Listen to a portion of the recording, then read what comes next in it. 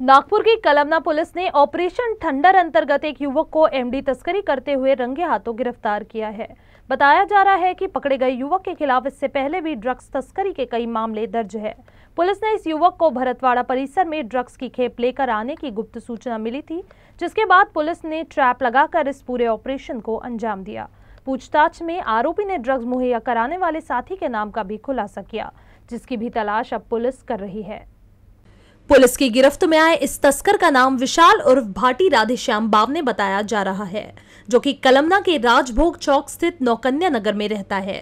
दरअसल पुलिस को जानकारी मिली थी कि विशाल उर्फ भाटी, जो कि पहले भी ड्रग्स तस्करी के कई मामलों में लिप्त है, एमडी की खेप लेकर भरतवाड़ा रोड स्थित गोविंद लॉन के पास आने वाला है।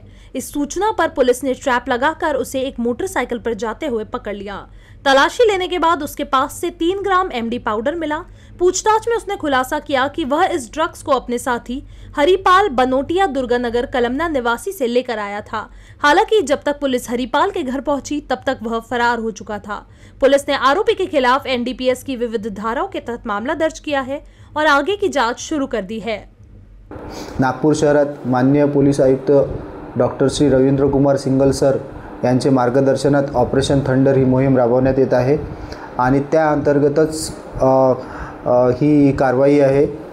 माझे नागपूर शहरवासियांना आव्हान आहे की अशा प्रकारचे ड्रग्स कोणी जर विकत असेल, कोणी कोणाला आणून देत असेल, याची माहिती जर कुणालाही असेल तर त्यांनी आम्हाला तात्काळ आमचे नंबर्स सगळ्यांकडे आहेत, त्यांनी तात्काळ आम्हाला फोन करावा किंवा आपण 112ला सुद्धा अशी माहिती देऊ शकता। यात विशाल भाटी उर्फ बावने हा जो आरोपी आहे याच्याविरुद्ध 2021 पर्यंतचे गुन्हे पोस्टेला दाखल आहे, त्यानंतर गुन्हे नाहीत त्याच्यावर।